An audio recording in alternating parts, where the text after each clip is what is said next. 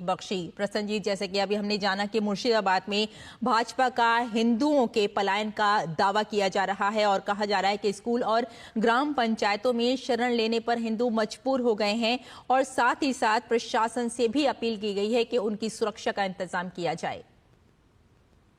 रेशमा, देखिए, पहले तो एक बात कह दूं कि अभी अभी हमें खबर मिला है कि कोलकाता से सीआरपीएफ की टुकड़ियां भी भेजा जा रहा है मुर्शिदाबाद के लिए। हो सकता है कि वो दोपहर तक मुर्शिदाबाद पहुंच जाए। और जैसे बीएसएफ की अफसर ने बताया कि वो जो जिस तरह के ऑर्डर कल हाईकोर्ट की तरफ से दिया गया है, इससे इस सारे जो पैरामिलिट्री फोर्स है, ये सिर्फ पुलिस को मदद करने के लिए है। मैं इसलिए बता रहा हूं कि एक टेंडेंसी हम कल से देख रहा हूं कि सारे के सारे जिम्मेदारी पैरामिलिट्री फोर्स के ऊपर थोपने का। इसीलिए शायद बीएसएफ की अफसर साहब ने भी सीधी तरह से कोर्ट की जो बिल्कुल अभी हमने राय देखा है उस राय को स्पष्ट कर दिया। पहली बात। दूसरी बात है कि ये जो पलायन की बात है, एक्सोडस की बात है, हम दिखा रहे हैं रात का फुटेज, दिन में भी फुटेज आ गया। अब भूगोल को समझ लीजिए कि ये नदी की उस पार गंगा गंगा नदी, अब समझ लीजिए देश की धड़कन है गंगा नदी। गंगा नदी के उस पार मुर्शिदाबाद की धुलियान और इस पार मालदा की कुछ जगह जहां की नाम आपने उल्लेख किया है। तो आज दिन में भी ये 400, अब 400 नहीं रहे, शायद 1000 के पास पहुंच गए हैं। सारे हिंदू अपने जो पूरे धुलियान इलाका है या शमशेरगंज इलाका है, वहां से पलायन कर गया और वो मालदा में आके अलग अलग स्कूलों में अपना शरण लिया है। और समाज की तरफ से, बीजेपी की तरफ से इनका जिम्मेदारी लिया गया। प्रशासन की कोई भूमिका अभी तक देखने को मिल नहीं रहा है। और वहां पे जो हमारे पत्रकार लोग बात किया है, इनसे बोला कि हमारे कुछ भी बचा नहीं है। मतलब रहने का जगह, खाने का तो दूर की बात है, रहने का भी जगह बचा नहीं है। तो ऐसी स्थिति में पूरे एक स्वाधीन हिंदुस्तान में हिंदुओं को अपने घर से इस तरह से बेघर होकर पलायन करना पड़ रहा है। रेशमा, बिल्कुल प्रसन्नजीत, हम देख रहे हैं कि लगातार जो ममता बनर्जी हैं सवालों के घेरे में नजर आ रही हैं और बार बार उन पर आरोप भी लगाए जाते हैं और ऐसा देखा भी जा रहा है कि हर तरह से वहां जो हिंदू समुदाय है उन पर ज्यादतियां की जाती हैं और उन्हें पलायन करना पड़ रहा है। अब अगर हम ये माने कि इंतजामिया या फिर वहां का जो प्रशासन है कुछ करने की कगार पर आ रहा है या नहीं?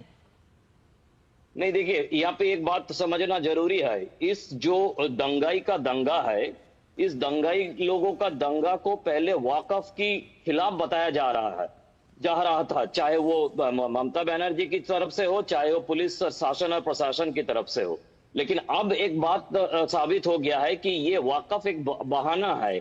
वैसे जो मुर्शिदाबाद है वो ऑफिशियली 2011 की सेंसस के हिसाब से 66% मुसलमान है वहां पे, लेकिन वास्तव में लोगों का कहना है कि 70% वो पार कर गया है। तो इस तरह से जो कुछ दिन पहले मालदा की मोथाबाड़ी में आपने देखा था, वहां पे सिर्फ 15% हिंदू है।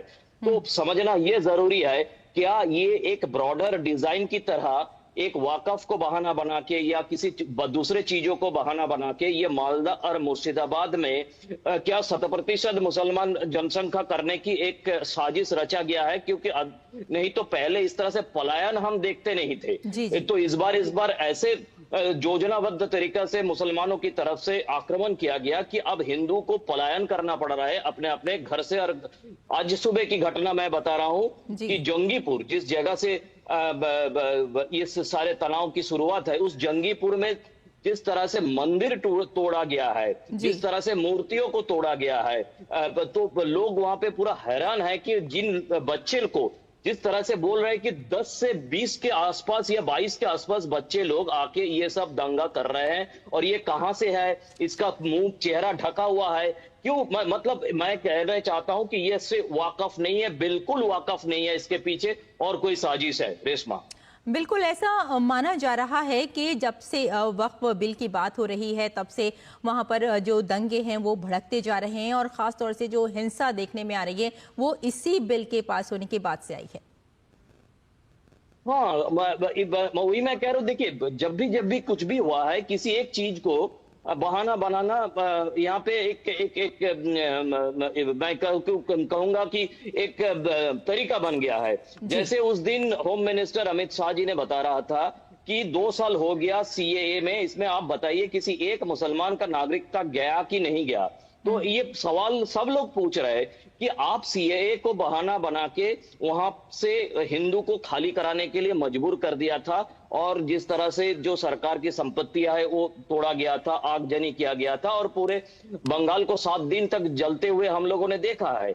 वैसे ही नुपुर शर्मा की समय पे हमने देखे थे, और इस बार भी। तो मतलब मेरा कहना है कि, या लोगों का कहना है, जो जानकार है उनका कहना है कि ये चाहे वो नुपुर शर्मा की विवाद हो, चाहे वो सीएए हो, चाहे हो वक्फ हो, ये सारे के सारे एक बहाना है। और ये जो सारे दक्षिण दिनाजपुर से लेकर साउथ 24 परगना तक, अगर आज की सेंसस हो जाए तो देखा जाएगा कि जो 3 डिस्ट्रिक्ट ऑफिशियली मुसलमान मेजॉरिटी माना जाता था, अब हो सकता है कि 7 डिस्ट्रिक्ट मुसलमान मेजॉरिटी या 50-50 की जगह पे आ जाए। और जहां पे मेजॉरिटी हुआ करता था, 66% हुआ करता था, वहां पे 80% तक हो गया है। और इसको 100% करने की एक तरीका है ये इस तरह से। और शासन और प्रशासन आंखें मूंद कर पूरी स्थिति का वैसे बने होने दे रहा है, और ऊपर से मैं बताऊंगा कि इसको बढ़ावा देने की काम किया जा रहा है, और इसे और आंख मूंद के बैठे हुए हैं। बिल्कुल, यानी कहा जा सकता है कि तुष्टीकरण की जो राजनीति है वो इस वक्त वहां देखने को मिल रही है,